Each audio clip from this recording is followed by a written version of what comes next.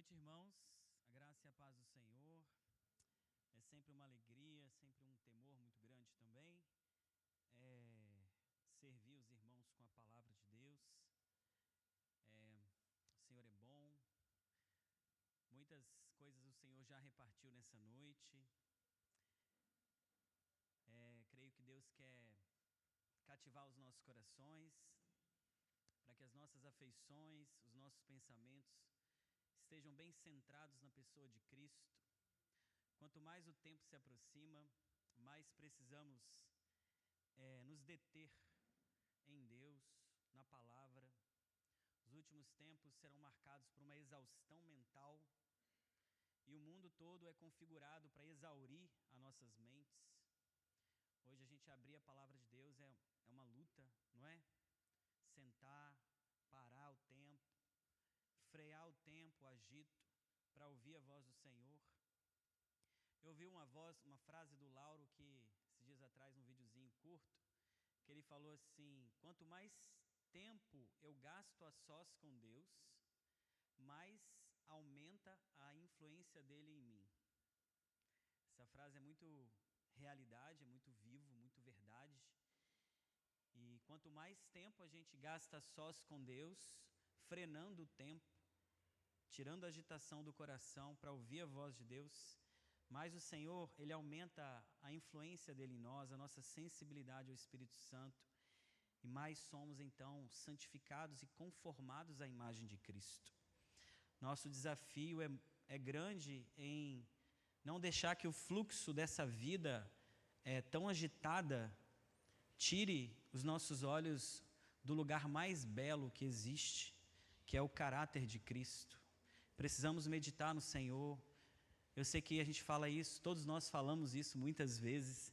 Eu falo isso muitas vezes para mim, porque eu acho que é o ponto onde Deus quer trabalhar no nosso coração nesse tempo que se chama hoje, irmãos. Desagitar, tirar as muitas vozes do ouvido, para que a voz do Espírito Santo de Deus, o nosso bom pastor, a gente possa reconhecer essa voz. Se nós não andarmos com essa voz falando e nós escutando e reconhecendo, nós vamos viver uma vida religiosa, uma vida talvez com o coração distante do Senhor, e sem realidade interna, sem realidade espiritual dentro do nosso coração. E Deus, Ele quer, creio nisso, Ele quer transformar. Nós somos casa de Deus, e Deus quer nos transformar numa casa digna da presença do Senhor. Precisamos ser essa casa digna da presença de Deus. Deus habita em nós, e Ele quer deixar essa casa bem digna dEle, né? Não para a glória de qualquer um de nós, mas para a glória do próprio Deus. E o Senhor, estava meditando na palavra nesses últimos dias, e me veio um versículo, quando eu estava orando por esse tempo, por essa palavra. Deus me trouxe um texto que está em 1 Timóteo, capítulo 1, não sei se os irmãos vão projetar, do verso 1 a 7. Eu vou ler o texto todo, mas é uma fração dele que é a base da nossa palavra dessa noite. 1 Timóteo, capítulo 1, versos de 1 a 7. Diz assim: Paulo, apóstolo de Cristo Jesus, por ordem de Deus, nosso Salvador, e de Cristo Jesus, nossa esperança. Pode seguir. A Timóteo, verdadeiro filho na fé, que a graça, a misericórdia e a paz da parte de Deus Pai e de Cristo Jesus, nosso Senhor, estejam com você. Quando eu estava de viagem rumo à Macedônia, pedi a você que ainda permanecesse em Éfeso, para admoestar certas pessoas, a fim de que não ensine outra doutrina, nem se ocupem com fábulas e genealogias sem fim. Essas coisas mais promovem discussões do que o serviço de Deus na fé. O objetivo dessa admoestação, e esse é o verso base, é o amor que procede de um coração puro, de uma boa consciência, se os irmãos puderem guardar, e de uma fé sem hipocrisia. rapidamente, antes de seguir, pode voltar por gentileza. O objetivo desta admoestação, nós podemos dizer que de toda a admoestação da palavra de Deus, é o amor que procede, de um coração puro, 2, de uma boa consciência e 3, de uma fé sem hipocrisia. Algumas pessoas se desviaram dessas coisas e se perderam em discussões inúteis, pretendendo passar por mestres da lei, não compreendendo, porém, nem o que dizem, nem os assuntos sobre os quais falam com tanta ousadia. Esse é o texto. Antes de entrar exatamente no versículo, vou contextualizar para os irmãos apenas. Paulo está falando para Timóteo. Timóteo, filho na fé. Timóteo, cooperador de Paulo. Talvez o braço direito. Tito, talvez o braço esquerdo. Ele tinha outros braços também, mas esses dois. Nós temos 3 cartas pastorais, né? 1 Timóteo, 2 Timóteo e Tito. Essas 3 cartas, Paulo está instruindo esses 2 irmãos no pastoreamento das igrejas, das congregações. E aqui então, Paulo está falando para Timóteo que era necessário que ele permanecesse em Éfeso. E Paulo ia rumo à Macedônia, provavelmente Paulo voltaria a Éfeso depois. Mas a igreja em Éfeso estava passando por diversas desarmonias, uma falta de unidade, que Paulo sabia que estava acontecendo por falsas doutrinas que insurgiram no meio do povo, por falsos mestres. Então, Paulo pede a Timóteo que Timóteo fique em Éfeso para admoestar essas pessoas, para que elas não ensinassem essa falsa doutrina. E ali então, Paulo vai começar a descrever esses falsos mestres que estavam criando outras doutrinas ali na comunidade de Éfeso. E Paulo tinha predito isso, quando a gente lê o texto de Atos, capítulo 20, que Paulo vai se despedir da igreja com uma despedida muito emocional, muito linda. Se os irmãos lerem depois, Atos capítulo 20, ele ficou 3 anos, ele fundou a igreja de Éfeso, e depois de 3 anos ali, edificando aquela igreja, ele vai se despedir e nunca mais vai voltar em Éfeso. Pelo menos pelos relatos de Atos, ele não volta mais. Então, ele ia subir a Jerusalém, pouco depois, ele tem um discurso bastante emocionado, e ele fala, olha, no meio de vocês, eu sei, o Espírito Santo me falou, que no meio de vocês surgirão lobos, querendo arrebatar as ovelhas. Por isso que ele vai dizer assim, cuidem de vós, e também do rebanho de Deus. E 7 anos depois, aproximadamente, essa carta é escrita, e acontece o que Paulo havia falado sobre os falsos mestres que iriam insurgir naquela igreja com falsas doutrinas. E Paulo, então, ele vai falar o seguinte, que esses falsos mestres, eles não surgem meramente por uma divergência intelectual.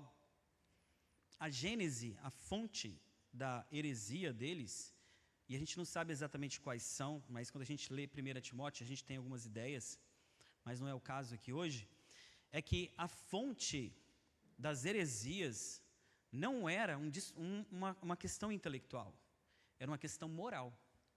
O que aconteceu com esses falsos mestres? Eles perderam aquilo que nessa noite é o tema da palavra, e é com base nesse versículo, uma vida autêntica. Hoje a palavra eu vou falar sobre isso, irmãos, vida autêntica. Eles perderam essa vida autêntica no Senhor, marcada por o quê? Eles desviaram de um amor que procede de um coração puro, de uma fé sem hipocrisia e de uma boa consciência diante de Deus. E porque eles desviaram dessas coisas, eles eram homens vaidosos, que buscavam a glória de si mesmos. Então eles se perdiam em quê? Eles se perdiam em discussões inúteis, tolas, que não tinham efeito prático nenhum. Eram discussões apenas, que desviava a fé desses irmãos e prejudicava a comunidade. Então Paulo vai dizer assim, voltando no texto, 1 Timóteo, aí o verso 3 e 4, Diego.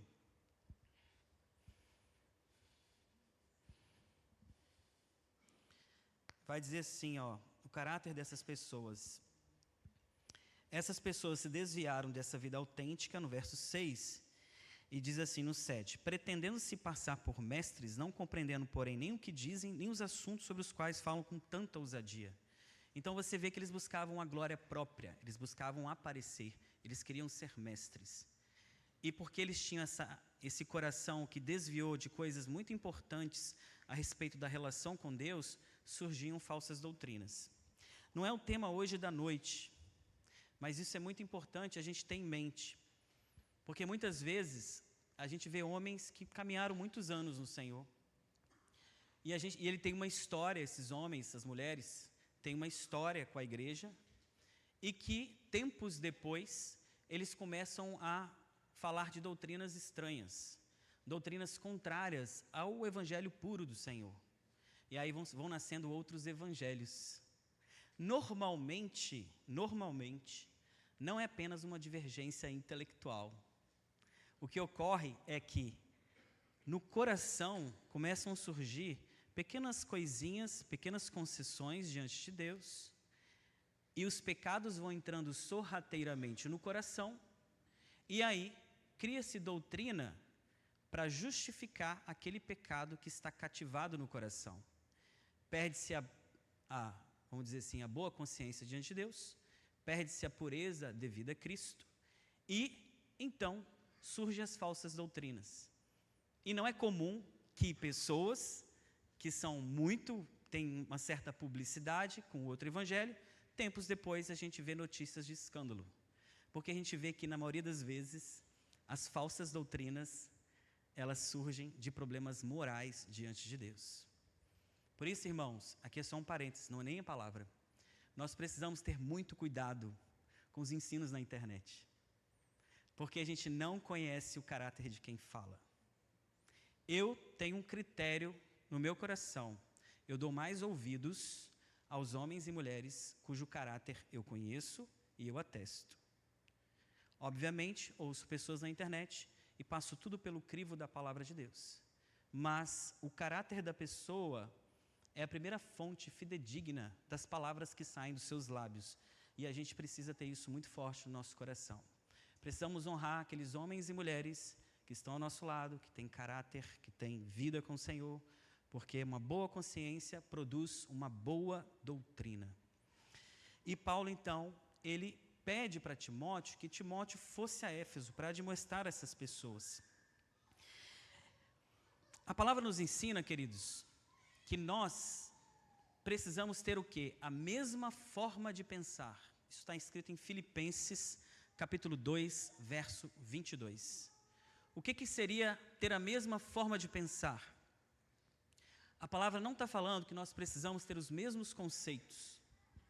Ela diz que nós precisamos ter o quê? A mesma forma de pensar, o mesmo raciocínio, a mesma lente que enxerga a palavra, por mais que possamos chegar a conceitos diferentes. Porque na palavra você tem conceitos que são absolutos e tem conceitos que são abertos. Por exemplo, temas da escatologia. Mas a questão é que nós precisamos ter a mesma forma de pensar, que é qual? É Cristo. Cristo Jesus. A palavra diz assim, convergindo todas as coisas em Cristo Jesus. Eu preciso, Bruno, ter uma intimidade com Deus, para que eu tenha a mente de Cristo, para que a minha mente seja renovada e transformada pelo Espírito Santo de Deus, para que eu raciocine a palavra pela perspectiva de Deus e não do Bruno. Mesmo que eu chegue a conceitos às vezes diferentes dos irmãos, e ele também tem a mente de Cristo. Chegaremos a conceitos diferentes, mas todos bíblicos. Por exemplo, eu sou um amilenista. O Cauado, pelo que me parece, é um pré-milenista. Vemos o milênio de forma diferente, mas os dois têm fundamentos bíblicos. Então, pensando da forma correta, que é por Cristo, podemos chegar a conceitos diferentes, mas todos são conceitos bíblicos. Esses homens, porque perderam a boa consciência, perderam a pureza devida a Cristo, o pecado corrompe a forma de pensar. E daí surgem doutrinas estranhas. Há um texto também, em 1 Coríntios, não precisa colocar, que aqui a gente vai rapidinho. 2 Coríntios 5,16, que fala assim, daqui por diante, não conhecemos ninguém segundo a carne, mas segundo Cristo. O que é conhecer segundo a carne e conhecer segundo Cristo? Não é segundo a carne do irmão, nem segundo Cristo está no irmão.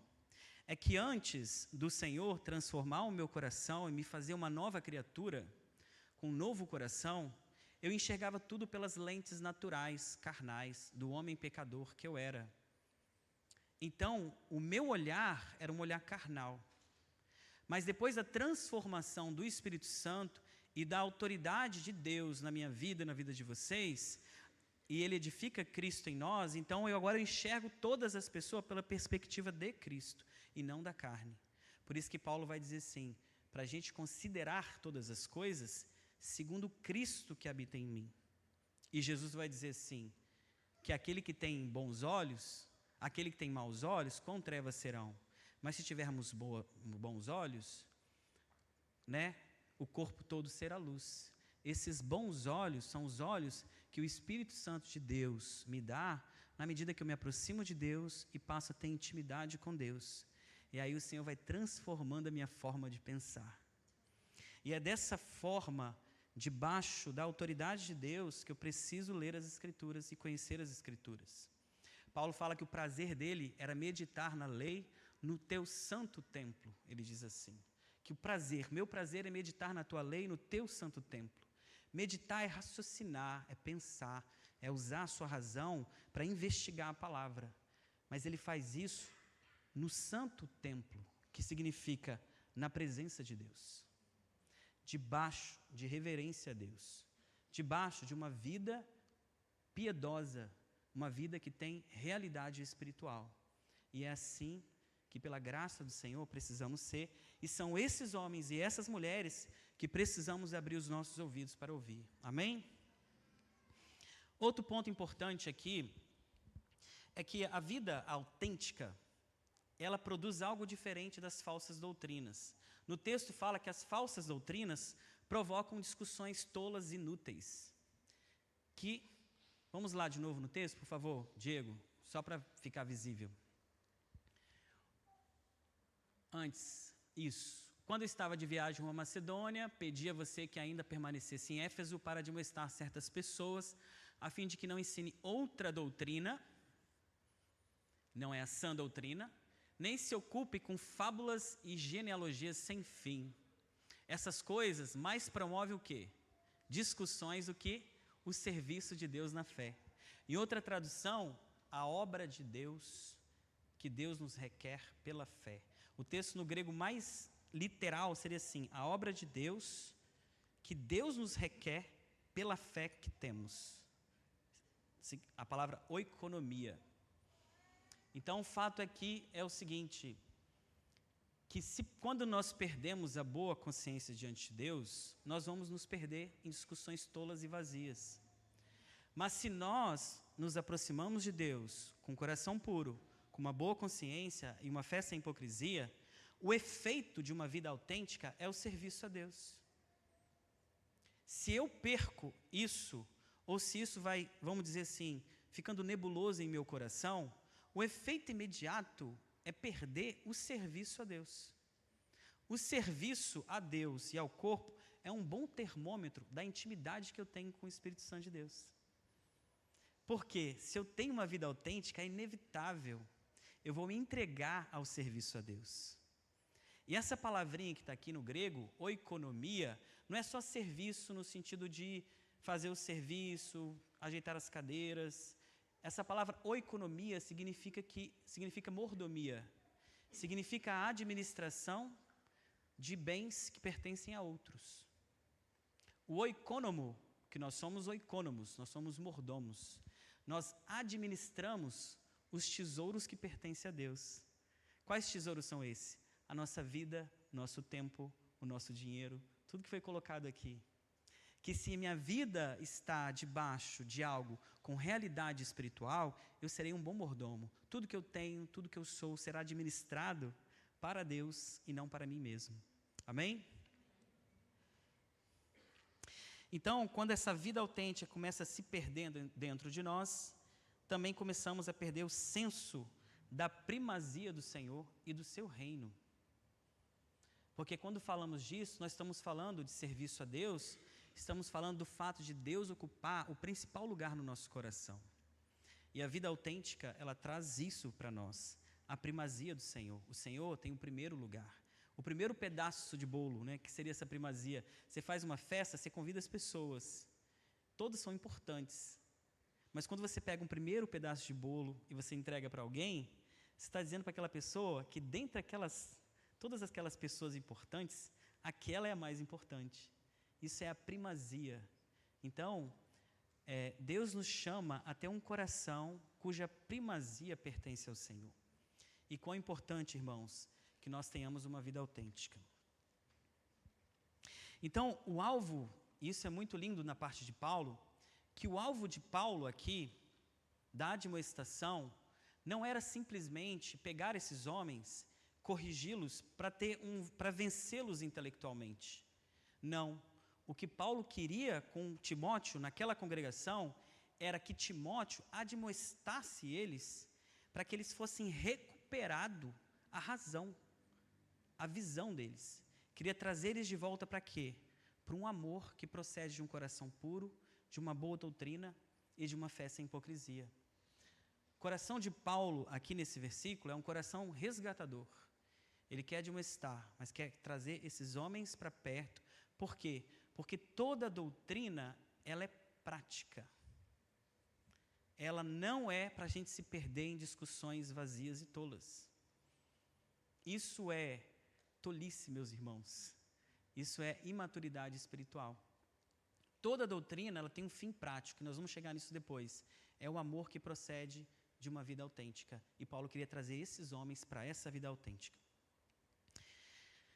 1 Timóteo 1,5.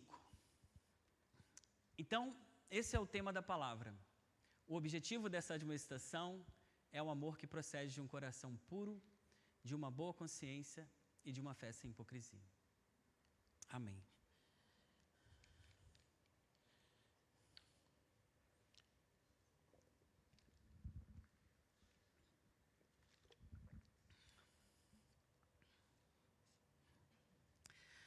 Eu creio que todo o trabalho da palavra de Deus no nosso coração é nos transformar de dentro por dentro, não é isso, irmãos?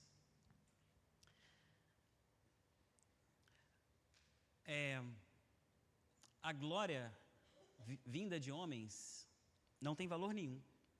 Ela é temporal, ela é passageira. O homem é como a flor da erva. Aparece o sol e seu ardente calor, a erva seca e desaparece o aspecto da sua formosura. Assim é a vida de cada um de nós. Nossa vida vai passar. E todo louvor dos homens vai passar também. Porque a palavra em 1 Samuel diz assim, que o homem vê o externo, a aparência, mas Deus pesa os corações. Deus nos enxerga por dentro. E a obra do Senhor é transformar o nosso coração ali bem dentro. Quando Deus vai levantar um exército para Saul, ele fala assim, que ele levanta homens cujo coração Deus tocara, diz assim. Como que Deus forma um exército? Pelos mais bonitos? Pelos mais inteligentes? Pelos mais fortes? Não. Deus forma um exército com homens que tiveram o coração tocado pelo Senhor. Porque o íntimo do Senhor é onde Deus quer. E o coração é um lugar muito fechadinho. Ninguém consegue adentrar dentro do coração. Eu consigo falar para vocês aos ouvidos de vocês. Eu não consigo falar ao coração de vocês. Do ouvido ao coração, que parece ter um palmo, na verdade tem léguas e léguas de distância. Eu posso falar aos ouvidos, mas só o Espírito Santo de Deus pode pegar aquela palavrinha e percorrer esse caminho infinito e levar para dentro do coração. E quando Deus toca o coração, irmãos, aí, queridos, não tem nada mais que segure, porque Deus tocou o coração. E é assim que Deus forma um exército, com homens e mulheres cujo coração foi tocado, porque o íntimo é o lugar onde Ele quer. Deus quer trabalhar a minha vida e a sua vida para que nós sejamos uma casa digna da habitação do Senhor. E não há louvor de fora que tenha valor, senão o louvor que o próprio Deus dá ao nosso respeito. E a gente vai ver que quando Deus dá um louvor a nós, Ele o dá pela nossa própria consciência. É quando a nossa consciência atesta que Deus se alegra com o nosso coração, com a nossa vista. Ora, nem tudo que se chama amor é realmente amor. Quando nos convertemos, a primeira grande obra do Espírito Santo em nós é a regeneração do nosso coração. Deus toca o nosso coração. Eu creio que os irmãos vão entender o que eu vou dizer. Quando Deus toca o nosso coração e Ele nos dá um novo coração, Deus desperta a nossa consciência. E a nossa consciência começa a uma importunação dentro de nós. A gente amava o pecado, a gente praticava o pecado e amava o pecado. Mas porque Deus tocou o meu coração, aquela consciência começa a me perturbar. E aquilo que eu amava, eu começo então a ter repúdio. Eu começo a me entristecer com aquilo. E a partir de então, quando Deus começa essa importunação, Deus então faz o quê? O Espírito Santo nos constrange, nos quebra. E aí a gente fica com vontade de fazer o quê? Deus desperta em nós uma fé viva e consciente, e a gente fica com vontade de abraçar o nosso Salvador. É mais ou menos assim o processo, se eu pudesse descrever o meu processo. Ele começa te dando um novo coração, esse novo coração regenerado, vivo, porque a palavra diz assim, ó, tirarei o coração de pedra. Cadê a Sarinha agora para falar, hein? A Sarinha sabe esse versículo de cor. Tirarei o coração de pedra e colocarei um coração de carne, porém o meu espírito dentro de você, e vocês andarão nos meus estatutos e meus juízos. Deus nos dá um novo coração. Com esse novo coração, Deus desperta a nossa consciência, que estava cauterizada pelo pecado. Nós amávamos o pecado, mas ela foi despertada agora para ouvir a voz do Senhor. E assim ela começa a me importunar. E é uma santa importunação.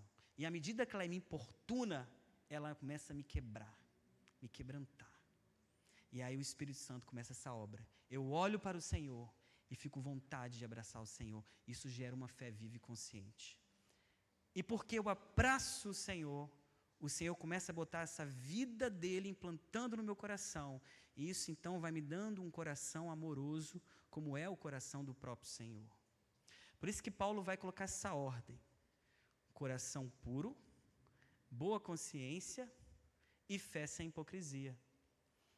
Porque dessas três coisas nasce o quê? Nasce o amor. Vou ler o versículo para vocês de novo. O amor que vem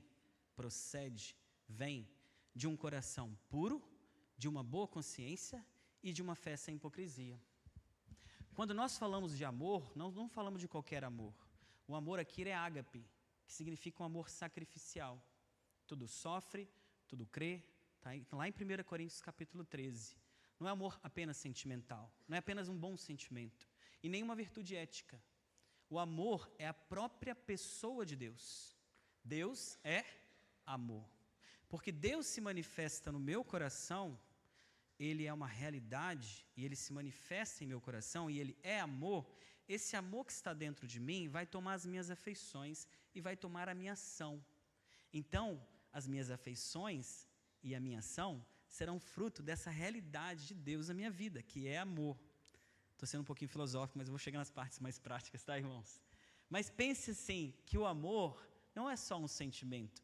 O amor é a presença de Deus habitando dentro do meu coração, que vai tomar os meus sentimentos. O amor é a pessoa de Deus. Então, nós estamos falando de um amor de 1 Coríntios capítulo 13, o verso ágape. O amor que não se ressente do mal, não busca os próprios interesses, não se conduz levianamente, tudo sofre, tudo crê, tudo espera, tudo suporta. Quando a palavra fala de amor, é precisamente disso que a palavra está falando, de uma vida sacrificial. E esse amor, qual é o primeiro mandamento, irmãos?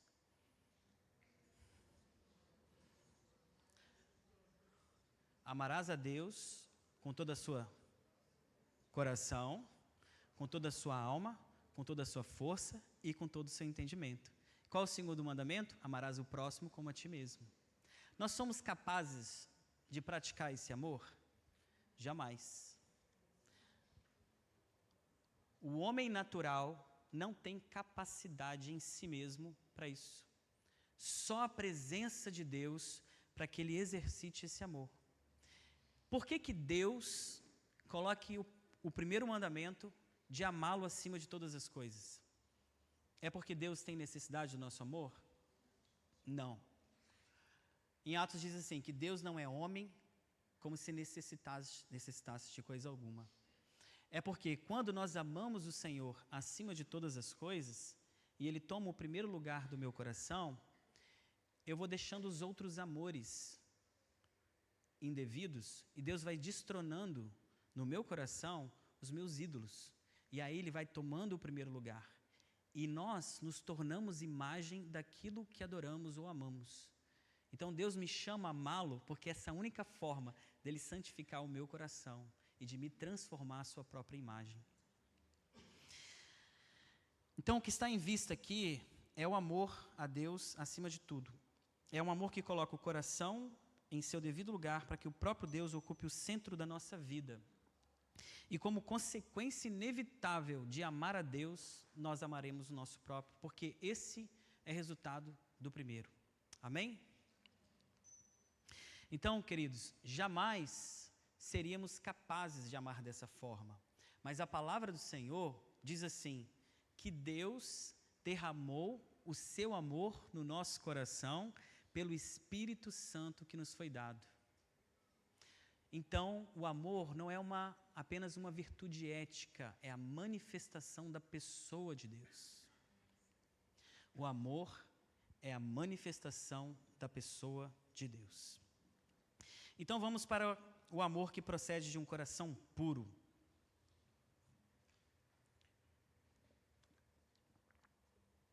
Os irmãos estão comigo? Estão entendendo? Amém. O amor que procede de um coração puro. O coração, como nós dissemos aqui, é o cerne do ser humano. É a parte mais íntima dele. Quando a palavra fala de coração, ela está falando daquele lugar que é a fonte de todas as suas afeições, da sua fé e de todas as suas palavras e ações. O coração, vamos dizer assim, é a espinha dorsal da alma humana. É o cerne da sua vida, o cerne da minha vida. Coração. Jesus vai dizer em Mateus, capítulo 5, 15 e 19, que diz assim, que do coração procedem os maus desígnios, homicídio, adultério, imoralidade sexual, falsos testemunhos, blasfêmia. E ele vai dizer o seguinte, que a boca fala do que está cheio o coração. Mas, por outro lado, irmãos, em Provérbios 4, 23, diz assim, que do coração procedem as fontes de vida. Perceba que do coração brota tanto o que é bom, quanto aquilo que é ruim. Vai depender qual é a fonte desse coração. Ora, o propósito da admoestação da palavra de Deus é gerar em cada um de nós um amor que procede de um coração puro. O que é um coração puro? É um coração que tem experimentado da obra santificadora do Espírito Santo de Deus. Puro ou santo? Santo é o lugar em que Deus habita. Eu não sou santo por mim mesmo. Eu me torno santo na medida que Deus habita dentro do meu coração. Deus falou para Moisés assim, quando ele viu aquela sarça ardente, aquele lugar não é nada. Mas Deus falou assim, tira suas sandálias, porque o lugar onde você pisa é santo. Por que era santo? Era santo porque Deus estava ali. Então, santo é o lugar onde Deus habita. Deus habita no nosso coração. Coração puro é o lugar onde Deus, pela sua habitação, tem nos santificado. E não há nada mais, queridos, nada mais santificador do que nós nos deleitarmos em Deus. Eu estava compartilhando com o irmão esses dias atrás, eu gosto sempre de falar isso, porque é algo que me cativa muito, eu creio que pode cativar os irmãos, por isso eu vou sempre repetir. Deus não me chama uma vida moral, Deus não me chama uma vida externamente moral e ética. Esse não é o chamado central do Senhor na vida de ninguém. Deus me chama para que eu conheça Deus e desfrute de quem Ele é. Porque assim, Deus se torna muito mais prazeroso do que qualquer pecado. nós somos incapazes de amar a Deus acima de todas as coisas. E a palavra diz assim, não ameis o mundo, nem as coisas que no mundo há. Então nós somos chamados a não amar o mundo. Mas Deus derrama o amor dele no meu coração para que eu possa amá-lo acima do mundo. Então como eu deixo de amar o mundo? Amando coisas melhores, Deus. O pecado, por que pecamos? Ninguém peca por dever de consciência. Ninguém nasce, acorda o dia e fala assim, hoje eu vou pecar. Ninguém peca por dever moral ou ético. Não é assim que pecamos. O homem peca porque o pecado é o quê? É prazeroso. No fim das contas, o pecado sussurra no nosso ouvido e fala assim, vem em mim, eu vou te dar prazer e vou tornar você mais feliz. E toda tentação, de uma forma ou de outra, no nosso inconsciente, é isso. O pecado é prazeroso. Então, como é que eu luto contra essa força de Adão que está dentro de mim? Não adianta eu pensar que o pecado não é prazeroso. Eu luto como? O único caminho para vencer o poder do pecado é substituir por um prazer maior. Qual prazer, queridos? O prazer da comunhão com Deus. Queridos, não há nada mais poderoso na vida de um cristão do que esse cristão ter deleite na pessoa de Deus. Não há nada mais prazeroso do que isso. E eu creio que quando Deus fala de purificar o nosso coração, para mim significa assim, Deus quer se revelar a nós como alguém em que nós temos prazer. Salmo 63 diz assim, Deus, Tu és o meu Deus, a minha alma tem sede de Ti. O meu corpo Te almeja como terra seca e árida. Aí ele vai dizer assim, quero Te contemplar no santo templo, para contemplar a Sua beleza e a Sua glória. Aí ele vai dizer, porque a Tua graça é melhor do que a vida, a minha alma, como é que diz? Porque a Tua graça é melhor do que a vida, os meus lábios Te louvam. Aí ele continua dizendo assim, como de saborosa comida, a minha alma se farta de Ti. Veja bem, Deus é uma saborosa comida. E Deus nos chama para enxergá-lo dessa forma, porque é exatamente isso que Ele é. Saborosa comida, irmãos. À Tua destra há delícias perpétuas. Em Cristo estão escondidos todos os tesouros da sabedoria e do conhecimento. Eu lembro a primeira vez que eu conheci o Senhor, né? Assim, foi muito maravilhoso. Quando eu percebi o quão Deus era saboroso, maravilhoso, e como isso trouxe deleite para a minha alma, e como isso teve uma força santificadora. Por quê?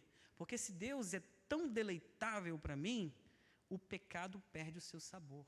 Eu deixo ele por coisas muito mais saborosas, que é a comunhão com Deus. Amém? Eu creio que Deus quer nos dar esse coração e que o Espírito Santo faz isso em nós. E isso é uma força santificadora. Salmo 90 diz assim, sacia-nos de manhã com a Tua benignidade, para que nos regozijemos e nos alegremos todos os nossos dias. Sacia-nos pela manhã com a Tua benignidade, para que nos regozijemos e nos alegremos todos os nossos dias. Queridos irmãos, nada mais triste do que pensar que Deus me chama a uma vida ética, apenas. Porque isso só me chama a uma vida religiosa, a uma vida vazia, mas que tenta pela força ter um comportamento externo aceitável. Tudo no meu coração que eu quero para a vida dos meus filhos, eu não quero apenas que ele tenha comportamentos externos adequados, mas para que Joaquim conheça Deus verdadeiramente e que Deus cative o coração dele, porque eu sei que se ele tiver isso, ele tem tudo, e não importa o que ele vai enfrentar na vida, o Senhor vai sustentar ele, porque o deleite dele está em Deus. E essa é a vitória sobre o domínio do pecado, não apenas resistir ao pecado, mas ser tão maravilhosamente satisfeito em Deus que o pecado perde o seu encanto. Tão maravilhosamente satisfeito em Deus que o pecado perde o seu encanto. Isso é graça de Deus, irmãos. O Espírito Santo faz isso no nosso coração. Tem uma frase de Jonathan Edwards, que diz assim, a graça verdadeira torna o pecado amargo e Cristo doce. Podemos ter fé nisso. Podemos, irmãos, vocês creem nisso? Que a nossa relação com Deus pode ser assim, desse jeitinho? Porque se for assim, nosso coração será puro. E puro não é ausência de erro, tá? Puro é quem está vivenciando isso e sendo santificado pelo Senhor. Coração puro é aquele que está no processo de santificação em Deus, com realidade. Erramos, o Senhor nos exorta e nós reagimos com arrependimento diante do Senhor, porque o Senhor é muito melhor do que o pecado que eu cometi. Amém? Quanto ao amor que procede de uma boa consciência,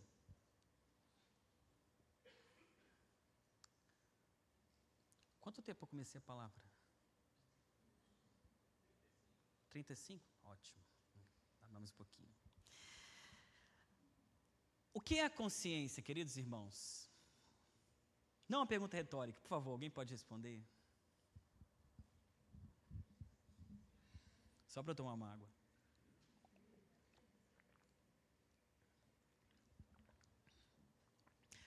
A consciência. Alguém falou?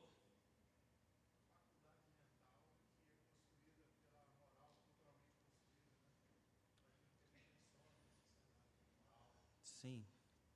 Mais alguém? Não.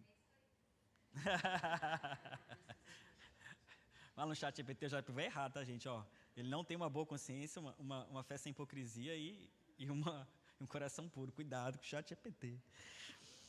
Se tem falso mestre, a maioria deles estão dentro do chat GPT, tá? A consciência, eu vou dizer com base nos versículos da palavra, tá? Não é minha visão sobre consciência. Ela é uma intuição moral do homem. Mas ela não é culturalmente estabelecida. Ela é divinamente estabelecida. Ela é um senso do nosso espírito. Trata-se de um órgão espiritual dado por Deus, diante do qual nós não temos domínio sobre a nossa consciência. E isso é graça de Deus, não ter domínio sobre a consciência. Nós não conseguimos manipular nossa consciência. Ela fala coisas que a gente não quer ouvir e a gente não consegue dizer para ela parar de falar aquilo. Ela vai continuar falando e ela vai nos importunar. Entende isso? Isso é de Deus, é um órgão espiritual, a consciência. Tem um texto que eu vou pedir para o Diego abrir, que está em Romanos 2, 14 e 15.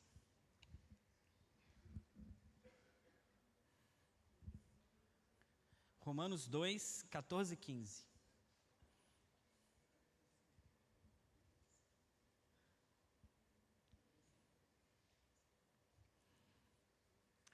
Quando, pois, os gentios que não têm a lei fazem por natureza o que a lei ordena, eles se tornam lei para si mesmos. Só um ponto aqui. Os gentios fazendo por natureza o que a própria lei ordena. Por que por natureza? Porque a lei moral de Deus foi colocada dentro do coração de cada ser humano. Independentemente se ele tem uma revelação especial de quem Deus é, a lei moral de Deus foi posta sobre o coração humano. E porque quando eles fazem algo que mesmo sem a lei de Moisés, eles procedem conforme, é porque eles estão fazendo segundo uma lei que atua no próprio coração deles, que é a lei moral de Deus. Eles se tornam lei para si mesmo, embora não tenham a lei. Pode seguir, por gentileza. O 15. Estes mostram a obra da lei, a lei de Moisés, gravada no seu coração, o que é confirmado pela consciência deles e pelos seus pensamentos conflitantes, que às vezes o acusam e às vezes o defendem. Os gentios, dizendo que aqueles que ainda não têm conhecimento de Deus, eles vivem em guerra com Deus, às vezes se acusando e às vezes se defendendo. Por quê? Porque, por causa da nossa natureza decaída, nós herdamos um coração corrupto. E esse coração corrupto, ele conflita com a lei de Deus no meu coração. Essa lei moral de Deus ela é reflexo da santidade de Deus. E a santidade de Deus constrange um coração corrupto. Então, a consciência, ela atesta para cada ser humano que o ser humano, ele está em guerra com Deus. Então, o que o ser humano vai fazer? Ele tem duas possibilidades. A primeira delas é reagir positivamente a isso. Isso vai gerar quebrantamento e arrependimento. A segunda possibilidade é ele tentar se justificar, algo chamado justiça própria. E aí, a justiça própria é o inimigo do arrependimento. O que acontece? Então, ele vai começar a entrar em guerra contra Deus. Ele entra em conflito com Deus. Isso é muito claro, por exemplo, em Adão. Quando Adão peca, Adão jamais viu a sua nudez. Mas quando ele pecou, o pecado, pela consciência de Adão, acusou Adão. Porque ele pecou contra o Senhor. A santidade de Deus constrangeu Adão que ele estava errado diante de Deus. E aí ele tentou fazer o quê? Se justificar. E qual foi a consequência de Adão? Adão fugiu da presença de Deus. O resultado de uma má consciência diante de Deus é que a má consciência produz o quê? Fuga, ocultação. Da mesma forma com Caim. O mesmo acontece com Caim. Quando Caim matou Abel, Deus confronta Caim. E Deus não confronta Caim para expulsar Caim da sua presença. Deus exorta e coloca o pecado para Caim. Mas a intenção de Deus era trazer Caim ao arrependimento. Mas Caim, o que ele vai fazer? Ele não vai reagir positivamente. Ele reage negativamente. O texto vai falar assim, ele vai dizer assim, é tamanho o meu castigo que já não posso suportá-lo. Gênesis 4:13. Aí então a Escritura vai depois dizer assim, retirou-se Caim da presença do Senhor e habitou na terra de Nod, no oriente do Éden. A consciência do homem é que faz com que o homem foge da presença do Senhor. A má consciência. E é por isso que o homem, ele não consegue ficar sozinho com o silêncio do seu próprio coração. O seu coração, porque a consciência é um reflexo da lei moral de Deus. Guardem isso. A consciência é o reflexo da lei moral de Deus. O homem, então, por conta disso, ele vai entrar em guerra contra Deus. E ele não vai querer se aproximar desse Deus. Ele vai sempre fugir desse Deus. E vai criar justificativas todas para ou negar a quem Deus é, ou desvirtuar o caráter desse Deus. Que é uma forma dele tentar encontrar paz dentro de si mesmo, ao invés de se arrepender diante de Deus. Vocês entenderam isso? Por isso, o silêncio do homem natural é perturbador. O coração caído está cheio de medo, de culpa, de vergonha e de insegurança. O homem evita ficar sozinho consigo mesmo porque sua própria consciência o confronta. Daí a necessidade constante, irmãos, de distrações, de barulho, de entretenimento, de conversas e contínuo movimento. Ele não consegue ficar sozinho consigo mesmo. Eu gosto de falar isso sempre com as pessoas quando eu estou falando do reino de Deus. Nós temos um buraco dentro de nós mesmos, um abismo. Porque nós nos distanciamos do Senhor. E esse abismo tem as exatas dimensões de quem Cristo é. Cristo tem esse tamanho desse abismo que está dentro de cada homem. Porque a consciência o acusa e ele foge da presença de Deus. Mas aí, queridos irmãos, é justamente a obra linda do Senhor, de Cristo, que se revela profundamente gloriosa. Se puder abrir, por favor, Hebreus 9, 13 e 14.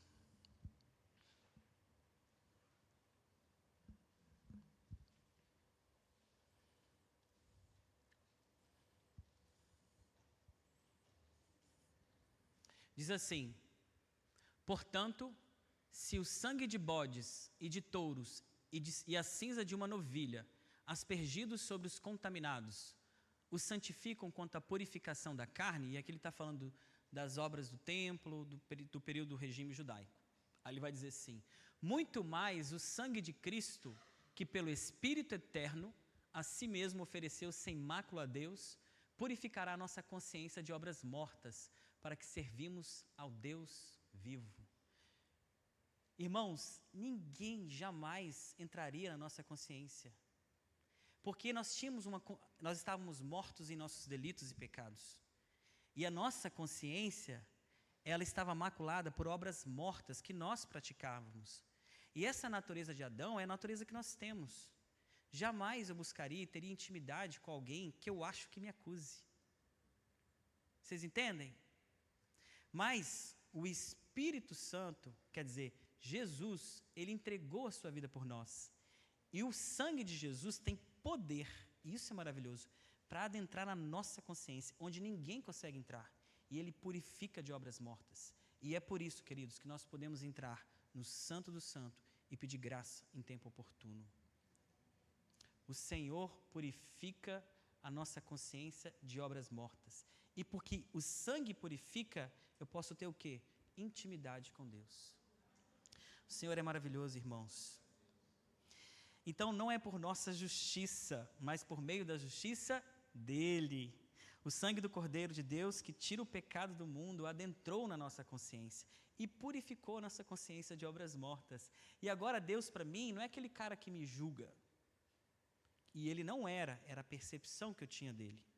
Deus agora é um pai, que eu posso me achegar, conhecer e desfrutar de quem ele é. Porque o sangue de Jesus entrou na minha consciência, onde não é manipulável, eu jamais calaria. Mas o sangue de Jesus calou essa consciência e lavou com o sangue precioso do Cordeiro de Deus, nosso Senhor. A consciência deixa de ser apenas um tribunal de condenação para se tornar um lugar de comunhão com Deus. Um lugar de sensibilidade ao Espírito Santo de Deus e um lugar de paz com Deus. Lembra, o homem caído e corrupto, a consciência o acusava e ele estava em guerra com Deus. Mas o sangue do Senhor purificou essa consciência.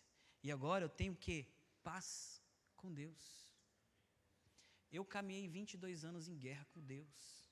Aos 22 eu conheci Jesus e encontrei a verdadeira paz, cujos méritos estavam nele e não em mim mesmo. É claro que esse sangue vai me constranger, nós vamos falar disso agora. Mas os méritos estavam nele.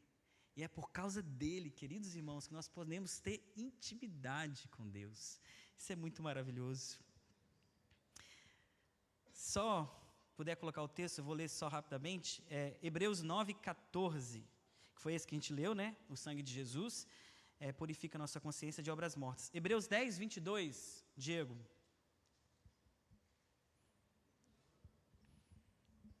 Hebreus 10, 22.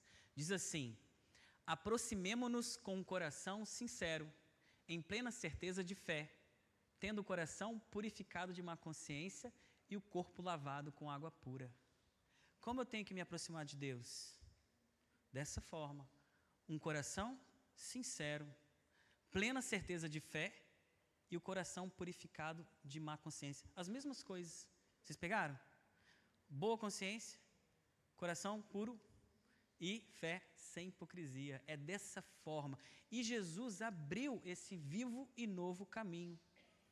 E como que nós podemos lavar a nossa consciência? Lavado com água pura. Que água pura é essa, irmãos? É a palavra de Deus. Eu leio, ela me lê e ela me lava. Eu me arrependo. Eu leio e ela me lava. Eu leio e ela me lava. É assim que a gente vai tendo uma consciência lavada todos os dias pela palavra de Deus. Romanos 5:1.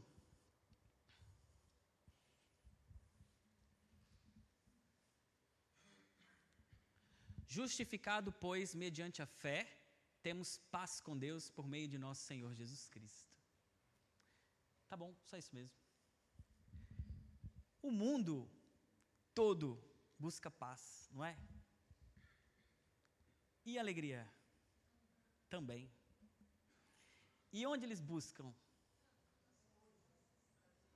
Os prazeres transitórios dessa vida. E eles encontram?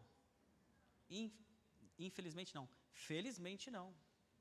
Porque se encontrasse, estavam definitivamente perdidos. Deus gera turbulências nos corações para que a gente encontre a verdadeira paz e a verdadeira alegria. Está onde essa verdadeira paz, essa verdadeira alegria? Está em Cristo. A palavra diz assim, que Cristo, Ele é a Canaã de Deus. É o lugar do desfrute. E nós só encontramos isso no nosso Senhor. É o lugar do descanso. Hebreus fala muito sobre o descanso. Para a gente entrar onde? No descanso de Deus. Onde é o descanso de Deus, se não na pessoa de Cristo? Agora, irmãos, essa consciência, ela precisa ser o quê? Uma boa consciência. O que seria uma boa consciência? Consciência é co-conhecimento. É conhecimento com conhecimento. Consciência. 2 conhecimentos juntos. Consciência significa conhecimento humano debaixo do conhecimento de Deus. Consciência boa é uma consciência iluminada pela palavra de Deus e sensível a Deus. Por isso, ela reage interiormente diante do Senhor, com alegria quando há obediência e tristeza quando há desobediência. Não é apenas percepção moral, mas é um interior conformado à vontade de Deus. Boa consciência é Deus fala comigo, e essa consciência é um lugar seguro para nós. Porque se ela nos acusa, é para o nosso bem. Nós somos cristãos, temos uma consciência lavada pela palavra de Deus, não é isso? Mas essa consciência, nós podemos perder a boa consciência, que é quando Deus fala conosco, o Espírito Santo usa a nossa consciência para nos advertir, e Ele fala e a gente não reage positivamente. E aí a gente faz, o que pode acontecer? Uma pequena concessão. E essas pequenas concessões vão aumentando, se a gente sempre assim o fizer. E o fruto disso é uma má consciência diante de Deus. E o fruto da má consciência é a gente voltar lá, naqueles gentios. Ficaremos em guerra com Deus. Deus não será um lugar de intimidade, será um lugar de fuga. E nós podemos fugir da presença do Senhor. E se isso acontece, queridos irmãos, o nosso risco é muito grande. Uma vez eu compartilhei sobre a Epístola de Hebreus com os irmãos, que lá tem doutrina, exortação, doutrina, exortação, doutrina, exortação. E o tema de Hebreus é progredir na fé. Mas ele faz 5 exortações. A primeira delas é um crescimento moral negativo, que chega na última. A primeira é a negligência. E a última é total insensibilidade a Deus. Se nós perdermos a boa consciência, isso pode ir progredindo, que começa com a negligência e pode chegar a uma total insensibilidade a Deus, que a palavra chama de apostasia. Por isso que é muito necessário a confissão. O pecado entra pelo coração, mas ele sai pela boca. Davi vai dizer assim, enquanto eu calei o meu pecado, os meus ossos se desconjuntaram. Ossos fala de vida interior. A minha vida interior ficou torta, terrível, seca, porque eu calei o pecado. O que ele perdeu? A boa consciência diante de Deus. A boa consciência, então, é uma consciência não sem erros, mas sensível ao Espírito Santo de Deus. É uma consciência que não se justifica, mas que se arrepende quando o Espírito Santo nos adverte. Ela ama a verdade, recebe correção, são coisas que eu escrevi, e responde ao Senhor com arrependimento, quebrantamento e obediência. Amém? Irmãos, vale a pena as concessões? Não vale a pena, porque a gente perde uma vida autêntica diante de Deus. Vida autêntica é um amor que procede de uma boa consciência. E é muito prático, porque todos nós temos a consciência. Lá em 2 Coríntios 11, 3, por favor, Diego. 2 Coríntios 11, 3.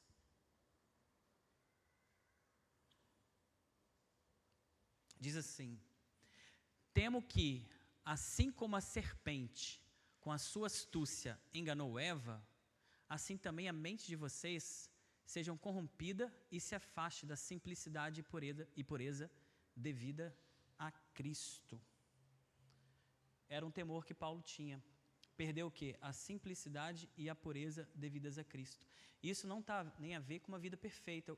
Eu gosto de enfatizar, não é vida perfeita, irmãos. É uma vida que reage às admoestações do Senhor. Quando a gente mais lê a palavra, mais estaremos sujeitos a essa admoestação.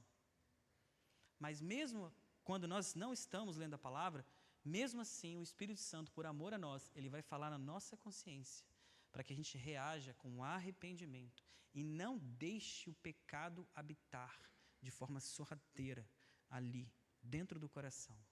Porque nós vamos perder o que é mais precioso, a alegria da comunhão com Deus. O fruto da boa consciência é a alegria da comunhão com Deus. 1 João 3, 20 e 21.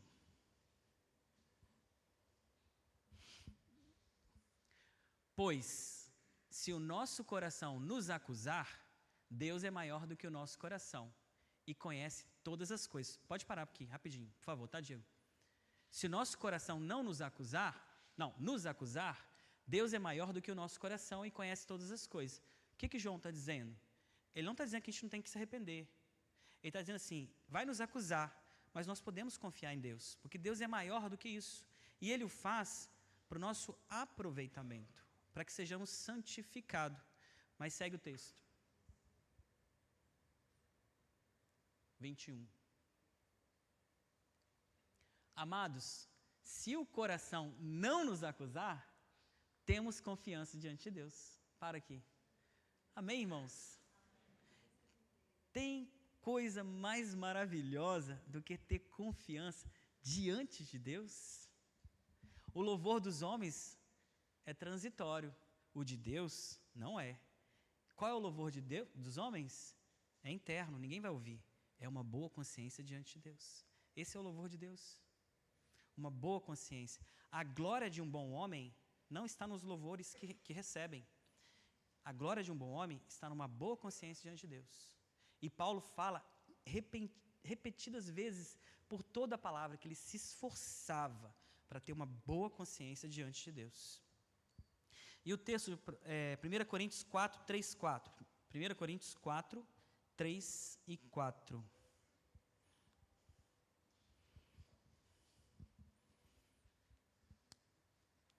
Diz assim, mas a mim, é Paulo falando, pouco importa ser julgado por vocês ou por um tribunal humano.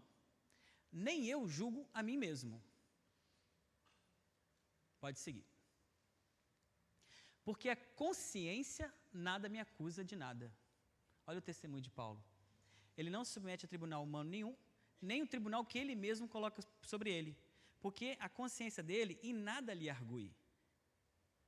Ele vê a consciência como algo fidedigno da parte do Senhor.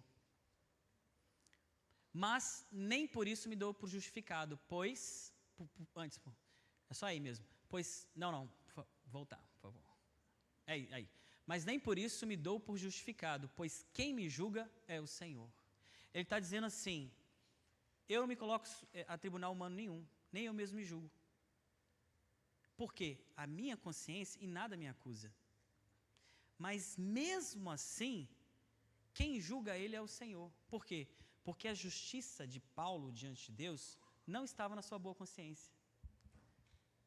Mesmo que ele tenha uma boa consciência, mesmo assim, ele sabe que no coração dele tem pecados que ele nem mesmo conhece. Por isso que a justificação dele não está na boa consciência, está no sangue do Cordeiro que purifica a vida dele. Vocês entenderam isso? Ter boa consciência é para termos confiança diante de Deus. Mas a minha boa consciência não é mérito nenhum. O mérito é só dele, não é meu. A boa consciência é um bom guia de que eu estou no caminho certo, agradando o meu Senhor. Amém? A consciência, então, por outro lado, irmãos, quando o homem rejeita repetidamente as admoestações da própria consciência, o que pode acontecer com ela? Ficar cauterizada. E esse processo começa com pequenas concessões e o fim dela é a dureza de coração. perde-se o coração. E se não houver uma intervenção da graça de Deus nesse processo contínuo de sempre calar e sufocar a voz do Espírito Santo na nossa consciência, o coração vai, se não tiver, o fim do processo é o endurecimento. Surge a frieza espiritual, a indiferença à presença de Deus e a perda da sensibilidade ao Espírito Santo e uma religiosidade mecânica. Ficou claro? Em nome de Jesus, o Senhor não vai permitir isso em nossa vida. O homem continua talvez com a aparência religiosa exterior, mas interiormente ele perdeu toda a realidade espiritual. Por isso, a Escritura vai dizer assim, não precisa colocar, hoje, está em Hebreus. Assim diz o Espírito Santo, começa o texto. Assim diz o Espírito Santo, hoje, irmãos, se ouvires a sua voz, não endureçam o coração. Porque o povo que endureceu o coração no deserto, o contexto dessa palavra era o povo de quem? De Deus. É o povo que teve o livramento do Senhor, foi resgatado, foi libertado, foi provido no deserto, viu as obras de Deus, viu os feitos do Senhor, mas endureceu o coração. Nós somos libertados, fomos resgatados, vimos os feitos do Senhor, somos o povo de Deus, e aí o Espírito Santo nos exorta com a mesma palavra para aqueles. E a exortação do Espírito Santo é, hoje, se ouvirdes a sua voz, não endureça o coração. O que o Senhor quer fazer? Cada um de nós tem uma consciência, não é? E a nossa consciência agora sabe qual é o ponto de cada um de nós. Quando Jesus, ele foi salvar aquela mulher que ia ser apedrejada, Jesus falou assim, aquele que não tiver pecado, atire a primeira pedra. O que aconteceu? Todos deixaram e foram embora. Por quê? Jesus apelou para onde? Para a consciência. A consciência de cada um falou, você fez aquilo. É isso aqui. Entende? É aí. A nossa consciência é um lugar seguro para a gente se arrepender. E Deus fala conosco com muito amor, com muita graça. E Juliana fala para não falar que estou terminando, mas eu realmente estou terminando. Aqui é 5 minutos. É o último, e o último ponto é bem curtinho mesmo. Quanto ao amor que procede de uma fé sem hipocrisia. Irmãos, se nós tivermos uma boa consciência e um coração que está debaixo da santificação, mesmo que erremos, mas nos arrependemos, nós teremos uma fé genuína, não é? É inevitável. A fé vai ser sincera diante de Deus. Jesus, ele falou assim ele disse assim para o povo hebreu, para os religiosos, né? Esse povo me honra com os lábios, mas o seu coração está longe de mim. Irmãos, misericórdia, né? Eu sempre falo com o Senhor quando eu leio esse texto, Senhor, que meu coração não esteja assim, longe do Senhor. Em nome de Jesus. Porque o Senhor nos vê, queridos irmãos. O Senhor nos vê. Não adianta dissimular nada. A gente perde essa vida autêntica e não engana ninguém, porque o Senhor nos vê. Em Hebreus diz assim, capítulo 4, todas as coisas estão patentes aos olhos daquele a quem temos de prestar contas. Tem uma passagem linda que Jesus, quando vê Natanael, né?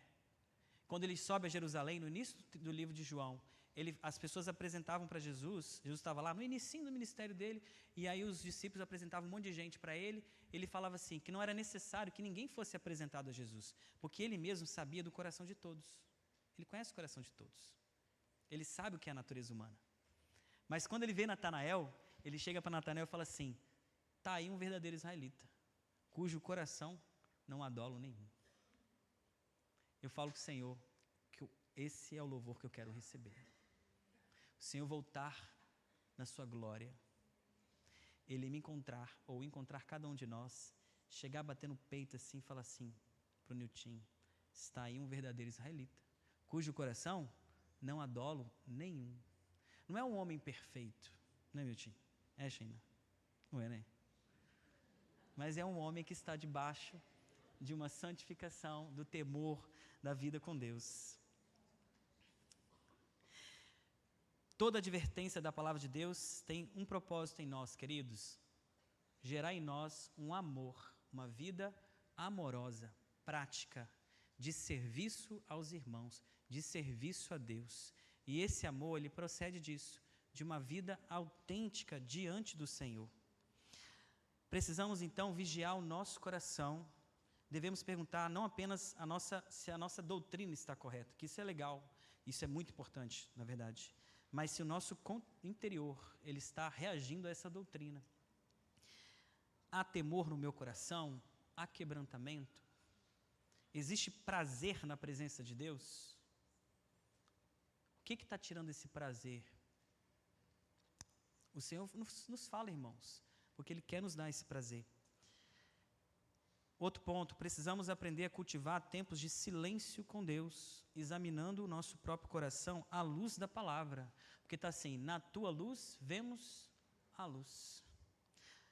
A vida espiritual não pode sobreviver de atividade exterior, e nem de conhecimento intelectual da palavra, isso é bom também, e nem de rotina religiosa, de vir aqui toda semana, mas de uma comunhão com Deus, de um coração molinho para Ele fazer o que Ele quer. Frase do Lauro: quanto mais tempo eu gasto com Deus, mais Ele influencia o meu coração. Precisamos vigiar as pequenas concessões. Amém, queridos? Não vale a pena deixá-las lá. Não vale a pena. E precisamos buscar um coração que se satisfaz em Deus. E o Espírito Santo é maravilhoso para gerar isso no nosso coração. Amém? É isso aí. Glória a Deus. Vamos orar.